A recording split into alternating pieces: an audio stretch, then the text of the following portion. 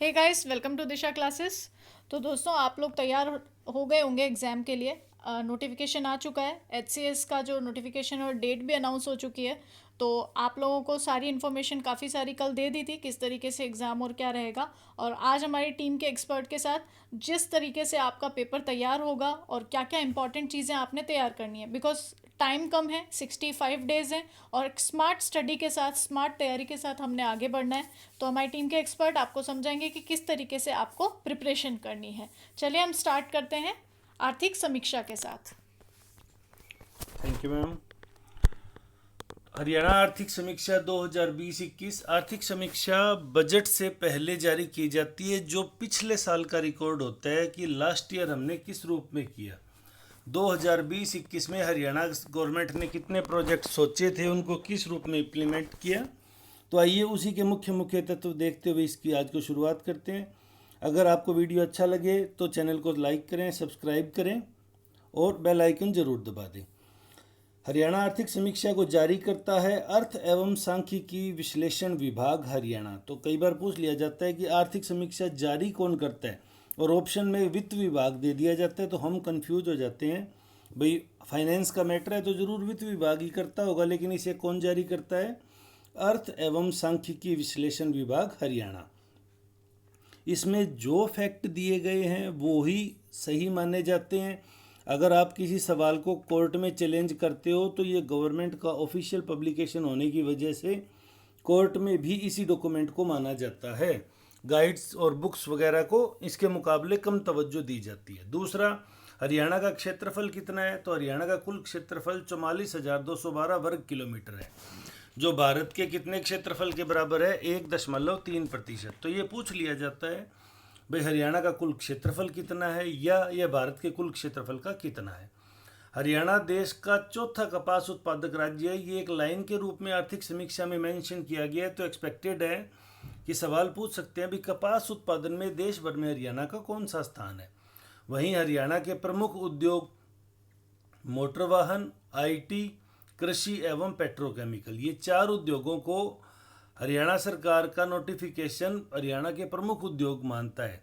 अब कल को ऑप्शन में सवाल आ जाए निम्नलिखित में से कौन सा उद्योग प्रमुख उद्योग नहीं है, और वहाँ कोई ऐसा उद्योग हो जो हमारे यहाँ खूब चलता हो, तो हम कहेंगे सर ये तो बहुत लगा हुआ है, लेकिन ऐसा नहीं माना जाएगा, क्योंकि आर्थिक समीक्षा के अंदर हरियाणा सरकार ने प्रमुख उद्योगों में चार को मेंशन किया है: मोटर वाहन, आईटी, कृषि एवं पेट्रोकेमिकल। फिर उसके अलावा वहाँ बात की गई है पानीपत रिफाइनरी। यह इंडियन ऑयल कॉरपोरेशन आईओसी की है। तो वहाँ पूछ लेते हैं पानीपत रिफाइनरी किस से संबंध है?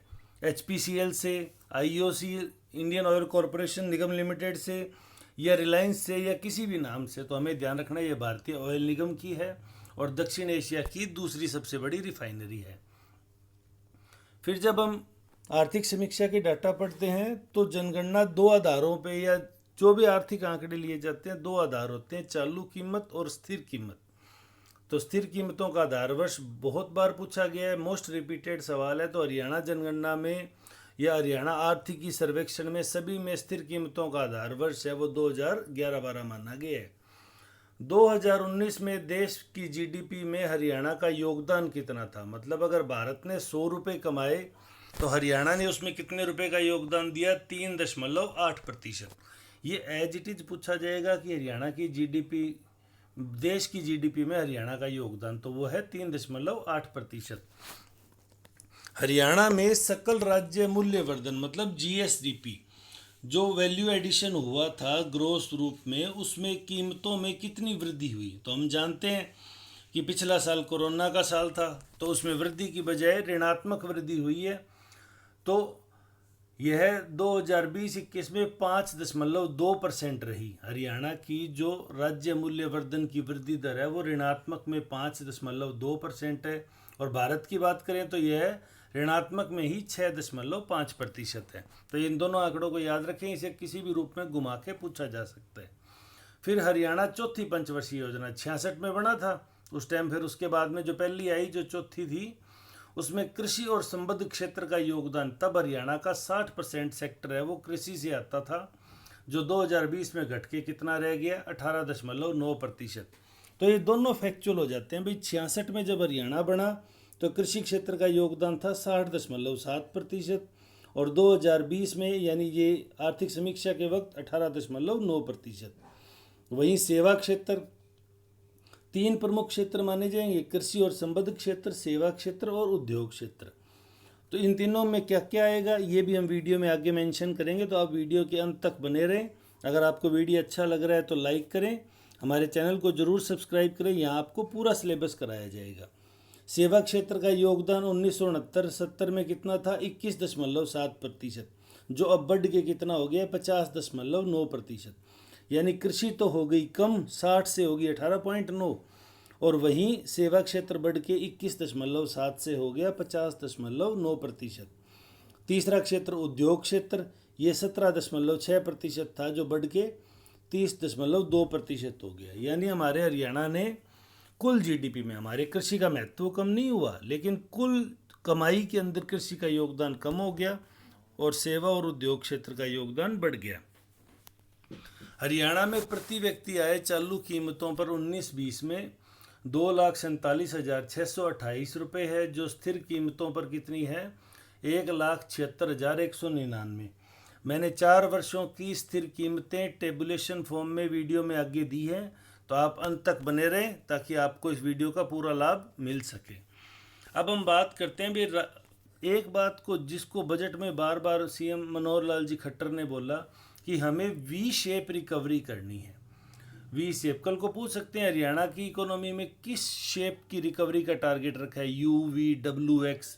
तो हमें वी शेप मतलब बहुत तेज़ी से बढ़े। ये कैसे होगा कि कोविड-19 की वजह से 2021 में देश की जीडीपी में कितना संकुचन हुआ?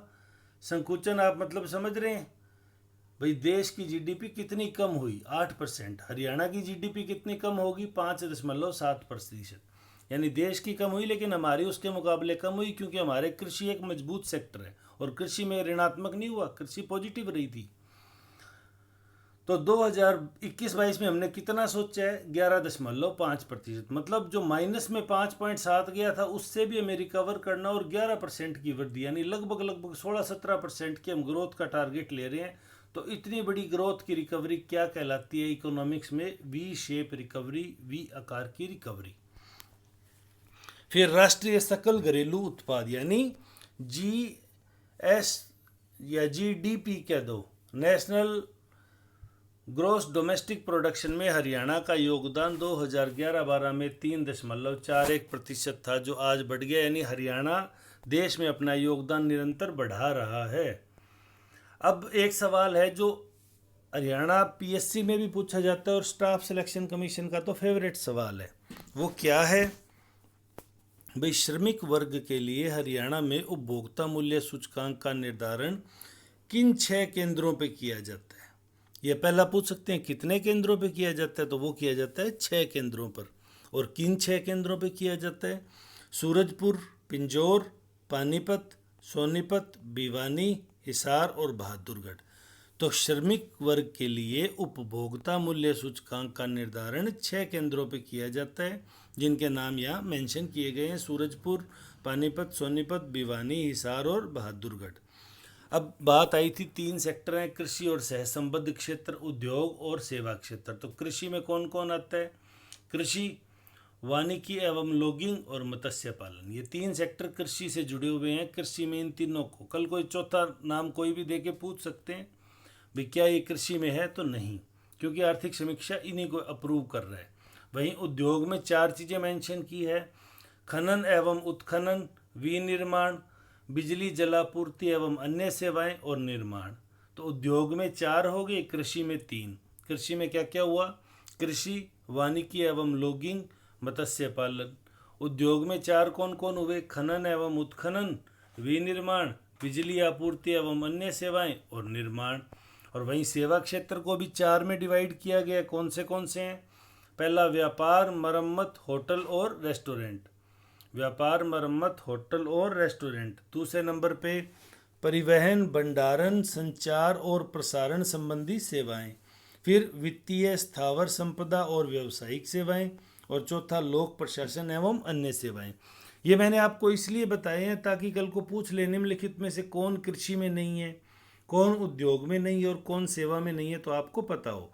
ये पीडीएफ आपको टेलीग्राम चैनल है आरपीएससी बाई दिशा मैडम का चैनल है, आपको वहाँ पे मिल जाएगी। आज ये 16 जून को बनाई जा रही है, तो लेटेस्ट है इसलिए आपको वहाँ मिल जाएगी। अभी मैंने बीच में मेंशन किया था मैं प्रति व्यक्ति आय का डाटा आपको दूंगा। तो प्रति व्यक्ति आय की हम बात करते हैं। 2017-18 में यह थी 2,10,592। किस पे? चालू कीमतों पे। और स्थिर कीमतों पे कितनी थी? 1,58,039 रुपये। वहीं 18-19 में 2,26,409 रुपये, जो 1,64,976 थी स्थिर कीमतों पे। स्थिर कीमतों का आधार वर्ष हमने क्या रखा था? 2011 और 12। ठीक है। 2019-20 के द्रुत अनुमान है, मतलब फर्स्ट एस्टिमेट लगभग यही रहेगा, लेकिन फाइनल नहीं है। 18-19, 17-18 के फाइनल है, ये द्रुत अनुमान है, कई बार पूछ लिए जाते हैं। तो चालू कीमतों पर है 2,47,628 और स्थिर कीमतों पे है 1,76,199। वहीं 2020-21 जो ये आर्थिक समीक्षा है, इसमें अग्रिम अनुमान है, इनमें करेक्शन होने की काफ़ी संभावनाएं होती है। तो ये चालू कीमतों पे है 2,39,535, जो स्थिर कीमतों पे 1,63,992। आप देखोगे प्रति व्यक्ति आय है वो नियमित रूप से बढ़ती है, लेकिन 2020-21 में ये गिरी है, क्योंकि कोरोना की वजह से हमने एक अर्थव्यवस्था के लिए बहुत ही बुरा दौर देखा है। तो इसलिए 2020-21 में चालू कीमतों और स्थिर कीमतों दोनों पर प्रति व्यक्ति आय में कमी हुई है। तो ये वीडियो अगर आपको पसंद आया तो हमें कमेंट बॉक्स में बताएं। कोई आपके सवाल हैं तो वो आप पूछ सकते हैं। उसके अलावा अगर आपको चैनल अच्छा लगा, वीडियो अच्छा लगा, तो चैनल को सब्सक्राइब करें। यहाँ काफ़ी सारे वीडियो हैं, आप उन्हें देखें। हम आपके लिए रोज़ नया मटेरियल तैयार कर रहे हैं। उम्मीद है एग्ज़ाम में काफ़ी कुछ हिस्सा अपने वाले पोर्शन में से आएगा। तब तक के लिए आप इसको रिवाइज कीजिए, बार बार पढ़िए। कोई दिक्कत हो तो आप हमसे पूछ सकते हैं। वीडियो देखने के लिए आपका बहुत बहुत धन्यवाद। आपका दिन शुभ हो।